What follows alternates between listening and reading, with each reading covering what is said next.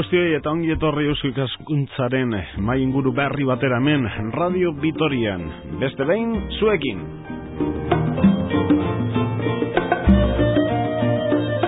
Muy buenas noches y bienvenidos a una nueva tertulia de Sociedad de Estudios Vascos Eusko Ikaskuntza en Radio Vitoria. Hoy con este tema, Ceferino Yanguas y el retrato de la sociedad vitoriana.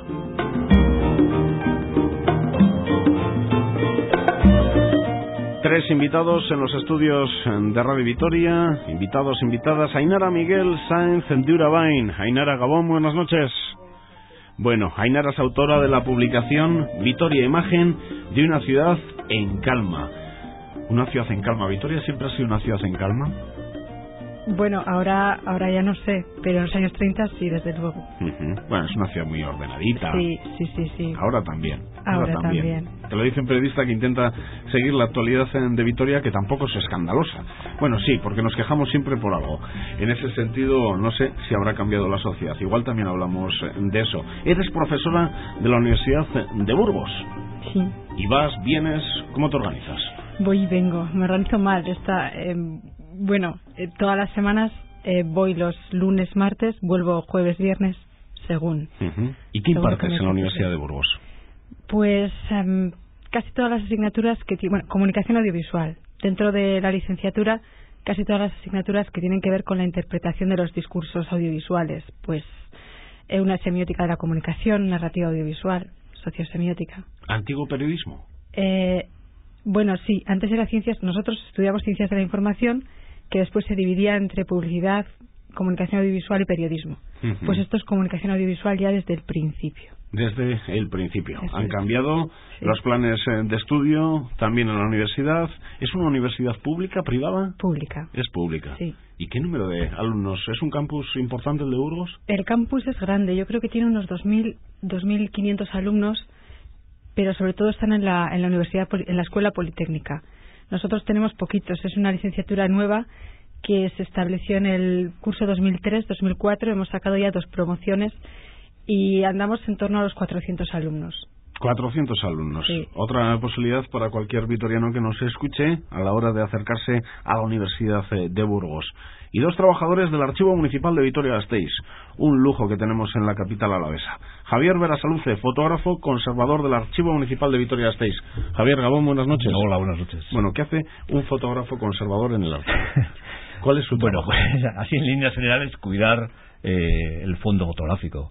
Es decir, ya que nos ha llegado un material tan bueno y que nos permite ver cómo era la sociedad vitoriana desde hace mucho tiempo, pues que intentar que no se estropee, ¿no?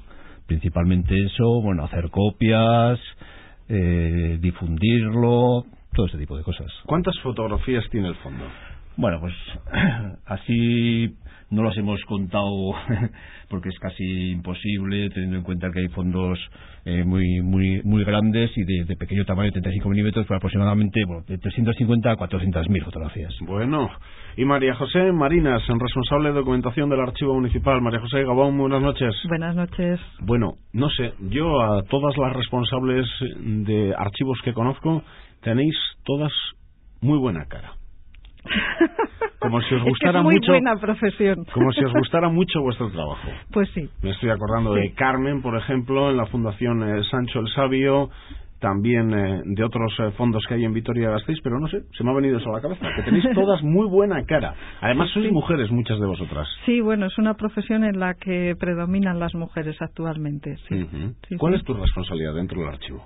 Bueno, pues me encargo de lo que llamamos sección gráfica, que incluye además la fotográfica, y un poco es, pues como todo en el archivo, el recoger los materiales, por una parte los que emanan del propio ayuntamiento, sobre todo en la parte de la sección gráfica, planos y mapas, y también recoger de particulares, como es el caso de la fotografía en su mayoría de los fondos que tenemos, organizarlos, documentarlos quiere decir que toda esta información que nos llega muchas veces desperdigada, sin muchos datos, pues intentamos correlacionarla entre ella misma y con otros documentos, pues para poder saber qué es lo que tenemos delante, qué es lo que estamos viendo. Es una labor muy interesante, además atiendo al público, atiendo consultas, también esa es una labor muy gratificante y la verdad es que es una profesión estupenda. No es un rollo histórico esto solo, porque tranquilamente te puede llamar el alcalde y decirte: vamos a ir a pleito, por ejemplo, contra el Ministerio de Defensa, prepárame documentación sobre el Hospital Militar. Exactamente, ha pasado, sí, eso es así. Sí. Trabajamos con documentación no inmediata, porque al archivo lo habitual es que la documentación llegue como con unos 5 años de retraso sobre su producción en las oficinas, pero una vez que cierran las oficinas los expedientes o los documentos relacionados con ellos y que ya allí no tienen una necesidad y una vigencia, lo pasan al archivo y en el archivo puede haber una consulta de esa inminencia y de cierta actualidad. Desde luego que es un trabajo, por lo tanto, interesante, pero no solo por el pasado, también por el presente. Al fin y al cabo, el presente se edifica siempre mirando al pasado, por lo menos en gran parte. Bueno, Ainara, has publicado este libro, Vitoria, imagen de una ciudad en calma. ¿Por qué publicas este libro? ¿Es un libro sobre Ceferino Yanguas? ¿Es un libro sobre Ceferino Yanguas y otros? Es un libro sobre la obra de Ceferino Yanguas, pero sobre todo sobre el retrato de la ciudad de aquellos años. Son los años 30, 40, justo los años previos a la guerra civil, la guerra, la posguerra, unos años difíciles. Bueno, el libro lo publico. El libro es un resumen de la tesis doctoral. Entonces, publicar la tesis tal cual es prácticamente imposible, ¿no? Porque es larga y la verdad bastante aburrida. No es una obra divulgativa para nada. Entonces, sí que, hice un resumen y ese es el resultado del libro. ¿Quién era este hombre? Porque seguro que muchos de nuestros oyentes tienen el recuerdo solo de Yanguas. Pues sí, me suena, fotógrafo. Pero ¿quién era Ceferino Yanguas? Pues es una pregunta compleja, ¿no? De su identidad yo prácticamente no puedo hablar, porque la obra, las fotografías son bastante impersonales. Pero él era un reportero local, era un fotoperiodista, también hacía retratos de estudio. Era sobre todo un profesional, alguien que hacía fotos para ganarse la vida. Él no era un artista, ni pretendía serlo. Era un reportero gráfico. Era un reportero gráfico, pero ¿era un reportero gráfico volcado en la prensa del momento o en los clientes que pasaban por su estudio, o hacía de todo? Hacía de todo. Hacía todo lo que pudiera aportar algún beneficio. Sí. Así que era un currela. Era un currela. Por ejemplo, no sé, tengo el recuerdo de una fotografía de la década de los 30, que igual era de él. Además es una fotografía que a mí me encanta, porque aparece Teodoro González de Zárate, creo que paseando por la calle Dato, un hombre que era alto, enorme, alcalde de Vitoria-Gasteiz y que fue fusilado en la guerra en Vitoria-Gasteiz, en capítulos de la guerra civil. ¿Era de él? Yo creo que sí. Sí, es la que yo tengo en mente. Sí, es de la manifestación del 1 de mayo, del primer 1 de mayo de la República, en la que aparece... Van con sombrero, ¿no? Los que van atrás. Ramón Franco, me parece. Con Ramón Franco y Rada, con los miembros de la Operación Plus Ultra, que vinieron los aviones a hacer una demostración aérea con motivo del 1 de mayo. Entonces está Ramón Franco aquí y Rada, que era vasco, pero no recuerdo ahora exactamente de qué población, viene a Vitoria para encontrarse con él y encabezan la manifestación. Por la calle Dato, ¿verdad? Por la calle Dato y rodeados de muchísima gente. Sí. Y me impresiona, pues eso, la altura que tenía Teodoro González de Zárate, el alcalde republicano. ¿Es una de las fotografías más conocidas de Ceferino Yanguas? Yo creo que no. Quizás no. Es una fotografía muy conocida, pero quizá no es de las más conocidas. Tampoco sabría decirte cuál es de las más conocidas. Yo sí sabría decirte. Bueno, sí. ¿La de? Bueno, el nombre se lo puso Marijos. Bueno, es una mujer que está semidesnuda y que, bueno, pues ha tenido difusión incluso a nivel nacional del Estado, sí. La ha publicado Publio López Mondéjar en su libro Historia de la Fotografía en España, y la publicaron también en El Mundo, en el suplemento dominical. Que hicieron a partir del trabajo de Publio, sí.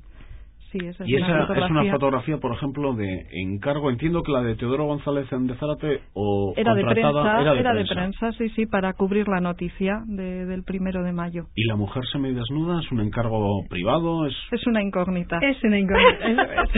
No sabemos si era para él, para su uso personal, o un encargo de alguien, o es una foto inquietante. Está fechada mucho antes que las demás. Es decir, nosotros tenemos fechadas o datadas las fotografías a partir de 1920. ¿No? Esta es de 1918. Ya, pero bueno, esa fecha se la pusimos también un poco en relación con el resto del fondo. No tenemos datos ni para acertar con la fecha exacta ni para acertar el tipo de trabajo que podía ser. Es una fotografía atrevida para el momento. Sí. De todas las fotografías. Curiosa. Para Vitoria sí que era atrevida. Para Vitoria sí que era atrevida. Igual para París no. Claro, hombre, lo que probablemente no tuvo es difusión esa fotografía en su momento. No, es lo que nosotras acordamos, ¿verdad? Hablando sobre esa fotografía, fue que seguramente la hizo para él, para su, digamos, disfrute personal. Sí, probablemente. Porque en todo el fondo, entre las 7.000 fotografías de Yanguas, solo hay 2 desnudos. Ya. Y uno es este. Que nos hayan llegado, que sí, claro, también probablemente pertenecería a alguna serie que por algún motivo, pues que no sabemos dónde estoy seguro de que no hizo esa foto. No, igual esta es la que se traspapeló. Y por eso nos llegó, porque hay muchas veces que eso eso se destruye pues adrede cuando se cierra el estudio, porque pues para que no se encuentre, y igual esa es la que estaba fuera de su lugar y por eso nos ha llegado. En el archivo incluso también estaba un poco separada del resto del archivo de Yanguas, sí, ¿no? Hombre, claro, no está, o sea, no entra dentro de lo que son sus índices ni de lo que son sus descripciones, es decir, es una fotografía aparte. Estáis haciendo una verdadera tertulia, sin mirarme a mí y a hablar entre vosotros. Eso es una tertulia y eso es lo que generalmente no suele salir en un programa de radio. Es muy difícil, no en este, sino en cualquiera, ¿verdad? Bueno, tenía tienda en Vitoria-Gasteiz. Me llama la atención, Ainara. Claro, era tienda, pero no solo era un estudio fotográfico, droguería, perfumería. Eso no sé si significa que solo la fotografía no daba para vivir. Pues puede que significara eso. También es verdad que Ceferino nació en Fitero, en Navarra, y cuando vino a Vitoria entró muy joven de aprendiz en una farmacia. Entonces sabía la química necesaria para hacer fotos y también para hacer cremas. Preparar cosméticos, perfumes, cosméticos. Y luego también hay que decir que el comercio lo compartía con su mujer.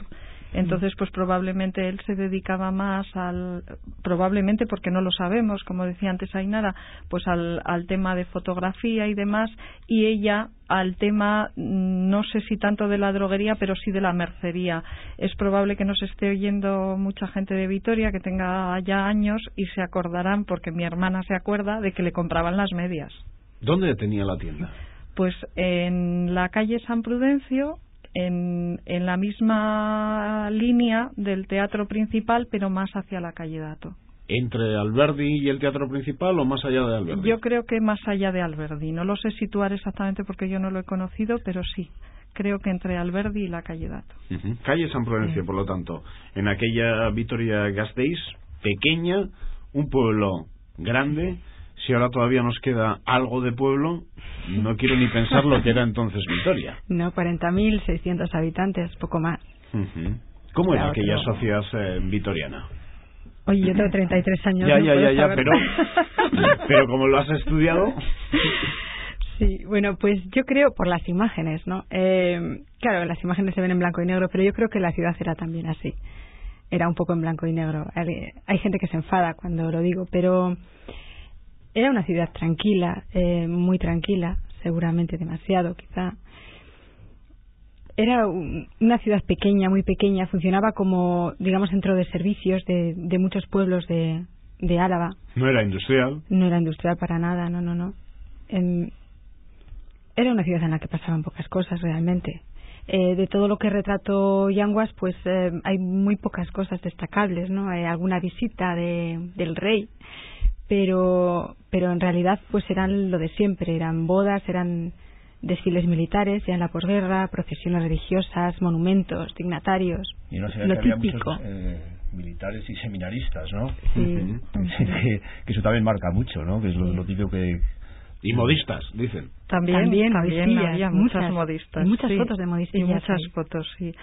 Yo también diría que quizás es una ciudad, como concluye Ainara en su trabajo, que retrata solo una parte de ella misma, porque si repasas un poco la prensa de la época, te das cuenta de que determinados acontecimientos que hoy en día son noticiables, digamos, por el tipo de actividad, pues léase huelgas, léase asesinatos, léase cosas de ese tipo, de alguna manera en la prensa de aquella época se dulcifican y no se les aporta la imagen que se les aporta hoy en día para darles esa crudeza, de tal manera que el reportero de prensa no sale a retratar todo eso porque no tiene contenido dentro del discurso del periodismo de aquel momento. Vamos, que se escondían cosas.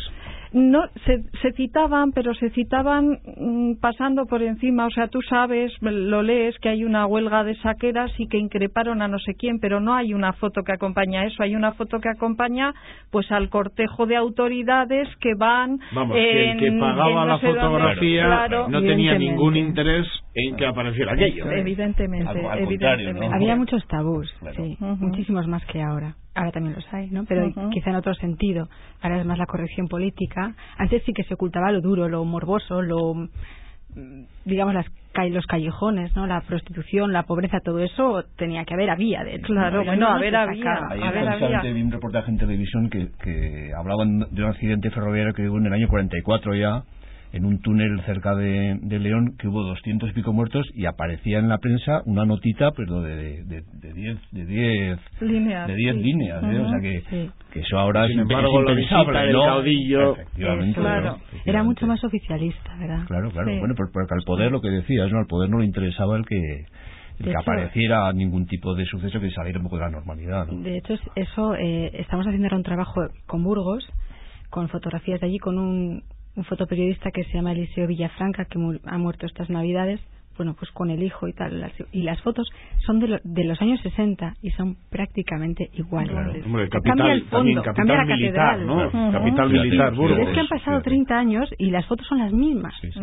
Las mismas bodas, los mismos bautizos, las mismas procesiones, los mismos bueno, todo, pasa aquí con Arqué igual. También, con el fondo de Arqué, pues prácticamente es la línea de Yanguas, ¿no? Sí. O sea, se ve que la sociedad ha avanzado, digamos, tecnológicamente, así entre comillas, pero y no los se temas nota que tocan son los mismos. Con la República, aunque hay que recordar que uno puede ser republicano y ser de derechas o de izquierdas. No debemos pensar que los republicanos son todos de izquierdas, porque de hecho, pues los republicanos que gobernaron en Vitoria-Gasteiz, si tenemos que ponernos a un lado o al otro, más iríamos a la derecha que a la izquierda del momento. Pero en la República no se nota pues cierto movimiento, digamos, pues una ligera apertura también en la fotografía, ¿o no?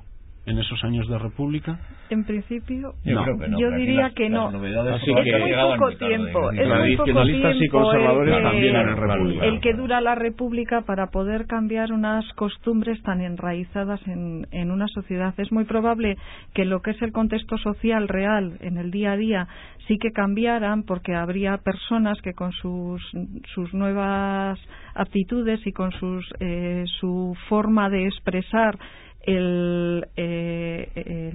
la interiorización de esas nuevas libertades sí que cambiaran un poco el curso de lo que era el día a día de la ciudad, pero yo creo que no dio tiempo a que el entramado social pudiera absorber todo eso como sociedad, como grupo, y entonces no se refleja prácticamente nada.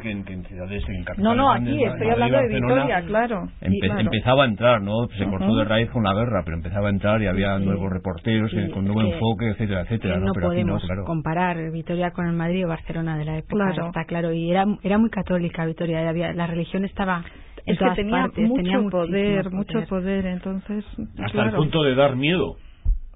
Porque yo veo algunas imágenes del momento y me dan miedo, me trasladan miedo, pues eso, yo que sé, una celebración con no sé cuántos miles allí en la catedral y ver allí el escenario, pues me da miedo, no sé, me recuerda algo que uno... Pero eso igual también es tu propia subjetividad, sí, ¿no? por supuesto, tu forma de leer la imagen, pero no sé, claro, si eso la Iglesia también se lo tenía que haber planteado, ¿no? Si daban miedo o no daban miedo. Sí, pero igual quería dar miedo, respeto, claro. Seguramente, ¿no? Hoy en día, claro, lo vemos ya, nuestros modos de ver contemporáneos influyen en yo creo que es sintomático también un poco al terreno fotográfico, a la técnica fotográfica del momento, el que, como dice Ainara en el libro, las cámaras Leica que utilizaban ya películas de 35 minutos, que eran mucho más versátil, mucho más fácil de usar, ya estaban inventadas desde el año 25, ¿no?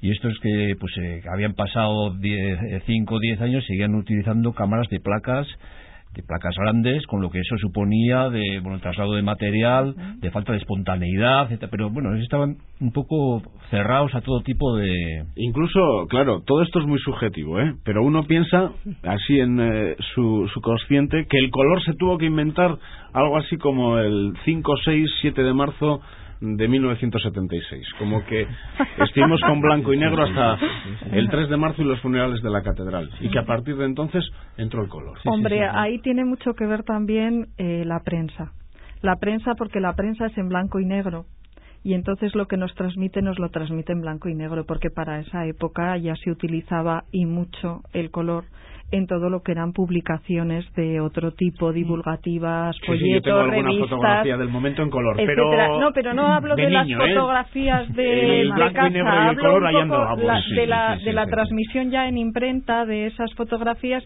y evidentemente del soporte en el que el propio fotógrafo las hacía, porque era lo que sabía que se iba a reproducir. Bueno, pues para esa época ya hay mucho color. Lo que pasa que de lo que son las noticias y de la televisión, el recuerdo que tenemos es del blanco y negro. Otro recuerdo que tengo ahora de niñez, mira que estoy haciendo una cosa rara, pero de salir los domingos con mis padres de paseo por Vitoria y que fotógrafos te sacaban fotos por la calle. Quiere que le saquen fotógrafos conocidos de la ciudad, porque claro, estoy hablando de la década de los 70, tampoco la cantidad de fotógrafos era enorme, más grande desde luego que en la década de los 30 a los 40, sí, pero fotógrafos conocidos de la ciudad que te sacaban. ¿Quiere que le saque ahí con el 600? Se le daban a todo, claro. Sí, pero es un poco necesidad, ¿no? Decir, bueno, pues podemos vivir de esto, pero bueno, pero justo, ¿no? ¿Quién no tiene fotografías en la Plaza de la Virgen Blanca o con un 600? Hay una anécdota que contabas tú, María José, de cómo Ceferino iba a los partidos. Y sacaba las fotografías de las tribunas con la gente. Hay una fotografía, para María luego José, después ponerlas en el escaparate y que la gente entrara a comprarse.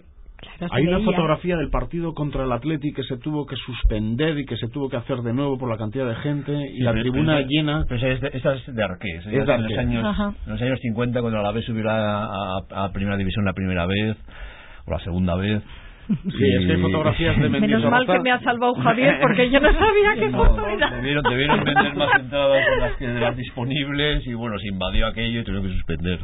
Las primeras fotografías de Mendizorroza, pues no sé, claro, son de principios del siglo XX más o menos. Del 24, del 24. Empieza ya. Pues en esta época, ¿no? De Ceferino también. Sí. Ceferino tiene muchas muchas fotos de fútbol y de todos los deportes. Pero es que además las fotos de fútbol de Ceferino se publicaban no solo las del partido, sino también las de las tribunas que hablábamos antes, se publicaban en el periódico del día siguiente, el del domingo, o sea, el del lunes. Todo, ¿no? El Pensamiento a la vez. Sí.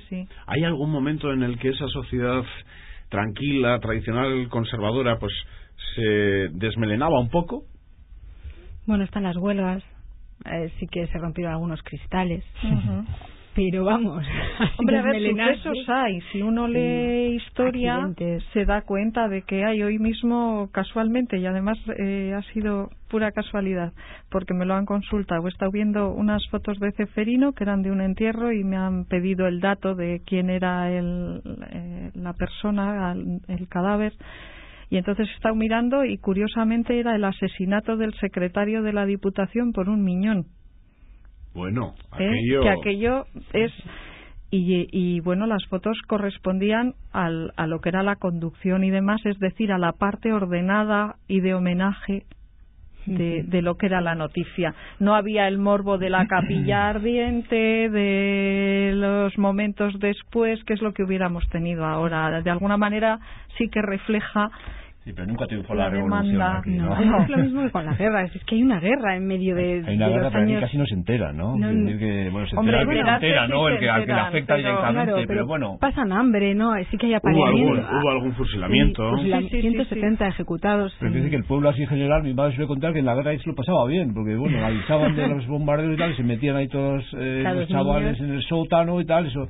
Que era, sí, pero bueno, hubo hambre, sí que hubo pero hubo acciones gente que lo en la pasó calle muy mal durante la guerra. Me estoy refiriendo, digamos, sí, a la burguesía media, ¿no? Sí, lo general. Sí, que no fue Durango, ni siquiera el Oso ni Villanueva. No, claro. Pero bueno, algo hubo, ¿no? Y sin embargo, si ves las fotos de Ceferinos, es una guerra idílica, va siguiendo a la guerra ya donde va. Bueno, lo que pasa es que claro, hay que seguir un bando, en el pensamiento, las crónicas de la guerra con Ceferino y con un reportero, y por un lado parece una excursión y por otro una defensa del movimiento, del glorioso movimiento, que pone los pelos de punta.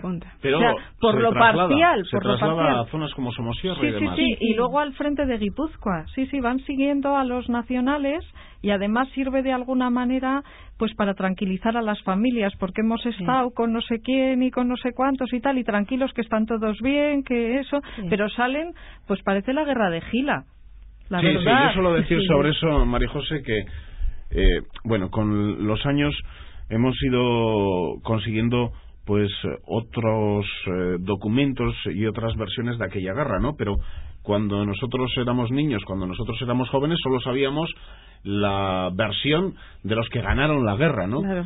Y Ceferino en este caso pues veo que estuvo sacando fotografías a los que ganaron la guerra, pero claro, pero bueno, hay que tener en cuenta que entonces no se sabía quién ganaba la guerra. O sea, nosotros decimos está del lado de los que ganan la guerra ahora que sabemos quién ganó. Pero ahí te quiero decir, María José, que las fotografías de los que perdieron la guerra, por ejemplo, en el frente, en la zona de Albertia, yo no las he visto hasta hace 4 días. Claro, pero es que ha habido que tenerlas escondidas. ¿Quién decía que tenía eso? El poder entonces tenía muy claro que la fotografía era un arma definitiva de identificación para luego detener a la gente, encarcelarla. Entonces, la gente que tenía fotografías del otro bando las guardaba o las destruía. O las destruía, sí, se ha destruido muchísimo. Sí, por no penalizar. ¿Por qué? No sé, Ainara, si lo llegas a afirmar en el libro así, los vitorianos de los años 30 no se hicieron retratar como eran, sino como querían ser. Bueno, eso pasa siempre, ¿no? Todavía pasa. Lo que pasa que las convenciones son diferentes. Es algo muy curioso. Cuando antes se hacían fotos, se ponían mucho más formales, ¿no? Había una tendencia a la compostura. Ahora es al revés. Hay convención también, pero ahora sonreímos o hacemos el tonto para la foto. Es que ha cambiado la convención, pero en realidad nunca nadie es retratado como es un poco retratado como quiere ser, ¿no? Un poco más la ilusión social, lo que uno pretende aparentar que lo que es en realidad. Yo muchas veces, no sé, me suele pasar que veo una fotografía de una boda de hace muchos años y se me viene rápidamente, y rápidamente pienso, hombre, si son mis abuelos. Porque como todos parecían iguales. Sí. No, claro que no son mis abuelos. Claro, la pose, la ropa, los atributos. Lo mismo los años, ¿no? Que vivan todo y la mujer sentada, la silla. El hombre suele estar de pie, agarrándola del hombro, en plan, es mía. Pero pues hay otro tipo de convenciones, pero que sean identificables en todos los años como de esta época, ¿no? Claro. Ya, pues eso, el sonreír. Exactamente. El sonreír para la foto. Es un poco absurdo si lo pensáis. Sí. Bueno, incluso hay cámaras que captan que no disparan hasta que no captan la sonrisa, ¿no?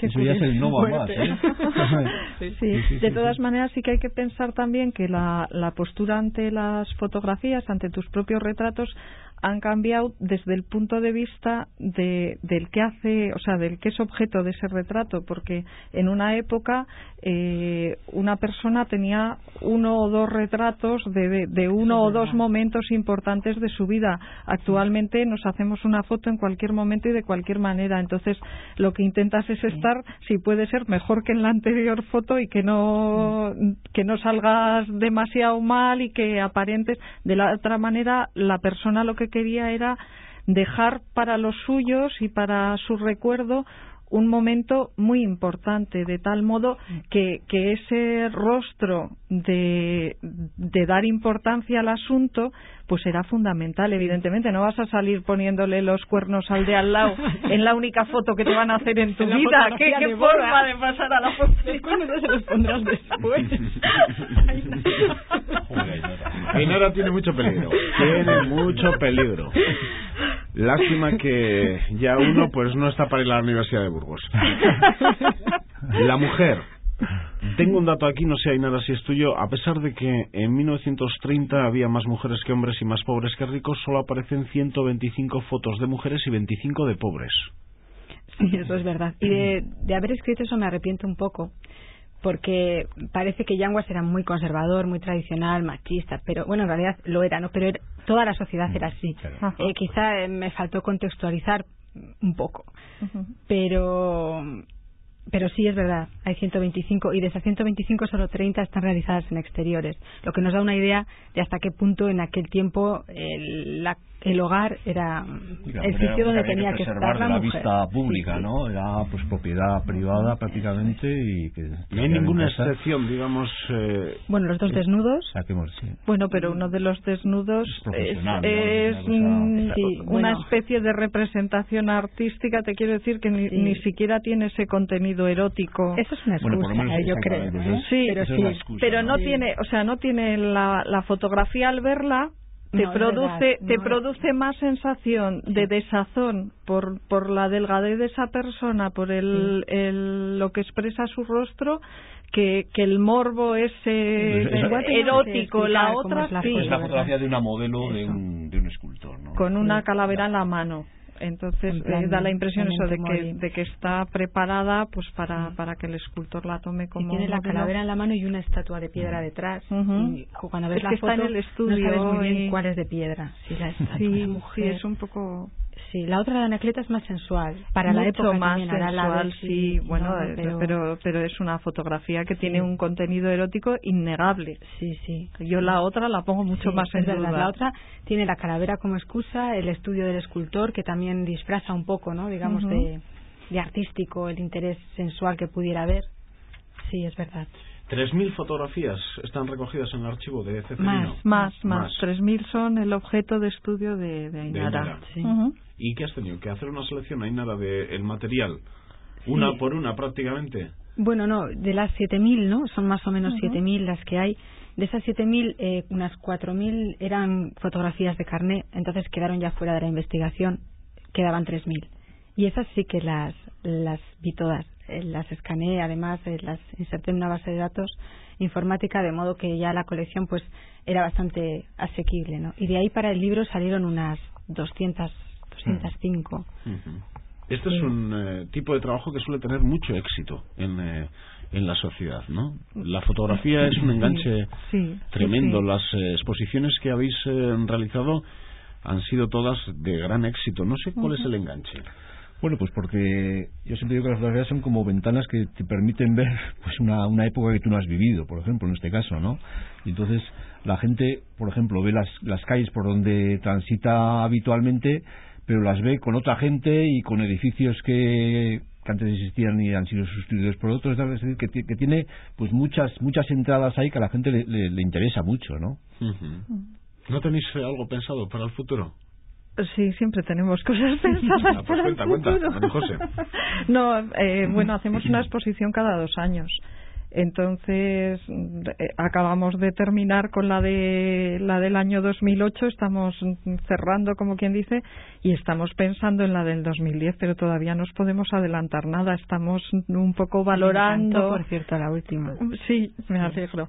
Estamos valorándolo un poco. Yo lo único que quería añadir a lo que decía Javier del atractivo de las fotografías es que yo creo que son documentos con un contenido informativo muy grande y que exigen muy poco esfuerzo por parte del espectador para interpretar ese contenido informativo. Es decir, una exposición que requiere leerte grandes paneles para llevarte una información, o que requiere ver lo que hay en unas vitrinas, pero con un contenido añadido escrito que te hace relacionar unas cosas con las otras y demás, supone un esfuerzo que no siempre estás dispuesto a hacer o que no siempre te viene bien.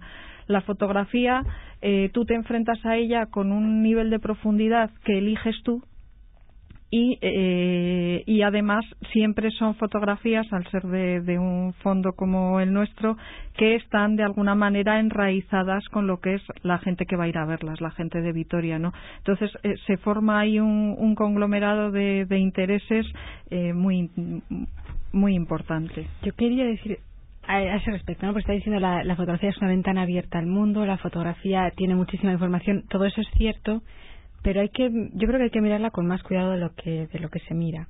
No, claro. Eso es, desde una perspectiva un poco más crítica, ¿no? Porque muchas veces, bueno, cuando vemos una fotografía de cualquiera, ¿no? Este es fulanito en 2 dimensiones, con otro tamaño, otra textura, ni huele, ni tiene temperatura, ni está encuadrado desde un punto de vista, en un momento determinado. A fulanito es ese, ¿no? Está claro. Muy limitada, pero hay que tener en cuenta que cuando vemos una fotografía estamos viendo otra visión. Es casi como ver una película. Te estás viendo la visión del director. En este caso estás viendo la visión de un fotógrafo. Estás viendo a través de sus ojos. Y eso hay que tenerlo en cuenta. No estamos viendo con nuestros ojos cuando vemos una fotografía. Sí, con nuestros ojos también, pero también con los otros ojos que miraron con anterioridad. Sin embargo, desde el principio de la fotografía, eso hay que saberlo. Nos vendieron que la fotografía era completamente objetiva, ¿no? Que lo que aparecía ahí era lo que había estado delante de la cámara y lo que íbamos a ver después. Yo siempre digo que la fotografía es de las técnicas pues más falsas, más mentirosas que hay, porque tú puedes encuadrar dentro de una posibilidad de millones de encuadres, eliges uno. Eres fotógrafo conservador, pero has sido fotógrafo, digamos, profesional de prensa. Es fotógrafo artístico. Bueno, artístico. El artista siempre lo pongo yo entre comillas. ¿Y para la prensa? ¿Lo has sido en alguna ocasión? No. ¿No te ha tirado nunca? No. Bueno, pues vamos entrando en recta final. El libro también tiene que tener buena salida, y nada, porque estos libros suelen ser atractivos. ¿Está a la venta? ¿No está a la venta? ¿Cómo? Estuvo, y supongo que seguirá estando, pero el libro es de 2007. Sí, de 2007, ¿no? Entonces, yo ya la verdad es que no sé ni cuántos ejemplares se vendieron ni cuántos se dejaron de vender. Ni idea. No. Sé que alguien lo leyó, ¿eh? Porque dos lo han leído. Y por lo menos 3 que yo sepa, ¿no? 3 que yo sepa, porque a raíz de este libro ha salido el siguiente. O sea que sí. Sí. ¿Y queda algo de Ceferino en la ciudad? No sé. ¿Quedan fotógrafos, hijos o no? ¿O entregó su material? Está Fede, que fue aprendiz. Fede Arocena, el de Arqué, fue aprendiz de Ceferino. Pero que yo sepa no tuvo hijos, no lo sé. Y yo nunca he conocido a un descendiente sanguíneo de Ceferino. ¿Una noticia de Fitero? Sí, bueno, en Fitero le hicieron una exposición, un homenaje y tal, pero no hay noticias de que haya familiares suyos directos. ¿Quién entregó ese archivo de 7.000 fotografías? Su sucesor, Saede Urturi, que fue el que se quedó con el estudio, con la droguería. Y al formarse al formarse un poco, empezar a conformarse este fondo fotográfico del ayuntamiento, del que se estaba haciendo responsable Santiago Arina, pues le entregó este fondo, este interesantísimo fondo. Ahora, no sé, claro, del siglo XX, de los primeros años, de las primeras décadas del siglo XX, no había tal cantidad de fotografías como ahora, ni mucho menos. Ahora, ¿cómo os vais a organizar en el siglo XXI? Porque ahora los archivos tienen que ser, pues no sé, tendréis que tener millones. Pues hombre, lo primero que tiene que ser un archivo es selectivo, para empezar. Y luego... ¿Tenéis, por ejemplo, ya una fotografía de Toyota? ¿Del ingeniero acústico? En el archivo físicamente no, pero la tenemos porque el ayuntamiento la tiene. Entonces, como te he dicho al principio, nosotros recogemos los fondos del ayuntamiento, con lo cual sí que va a llegar una fotografía de Toyota. eso seguro. Pero lo que te comentaba un poco es eso, que claro, tendremos que seleccionar, y sobre todo nuestros sucesores, con qué se quedan y con qué no, aunque creo que la propia entidad de las fotografías con el formato digital actual va a hacer una criba, un expurgo que decimos los archiveros natural, y no nos va a llegar ni mucho menos los millones y millones que se producen. Sería una locura. Pero guardar una de Toyota para que yo le cuente a mis nietos en alguna exposición que organice el archivo de su momento, este es el japonés que vino a Vitoria y la lió poniendo ceros. Desde luego que el archivo, si no han tenido la oportunidad nunca de ir, no sé, pues porque no les ha surgido nada, se tienen que dar una vuelta, ver las posibilidades que tienen allí, pues para obtener información, documentación de muchos aspectos de nuestras vidas. Y ya terminando, Javier, ¿la fotografía digital cambia mucho todo esto o no? Bueno, en estas épocas de cambio de técnicas, siempre son muy conflictivas, ¿no?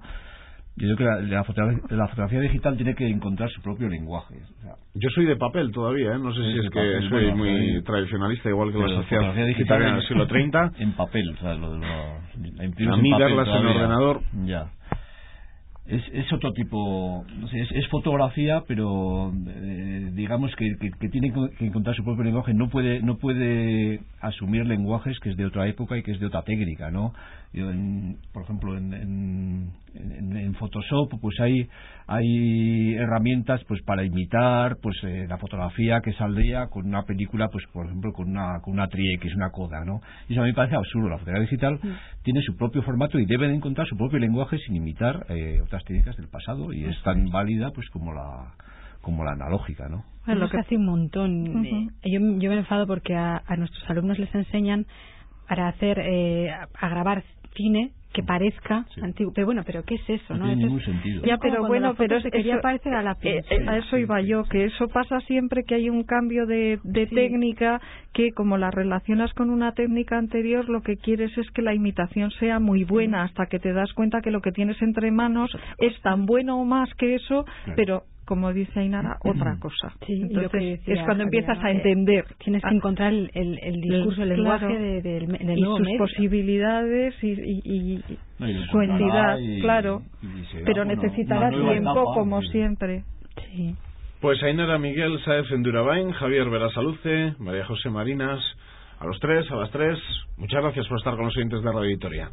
Eta zuei badakizue, datorren asteburuan hemen egongo gara berriz, Eusko Ikaskuntzaren beste mai inguru berri batean. Agur!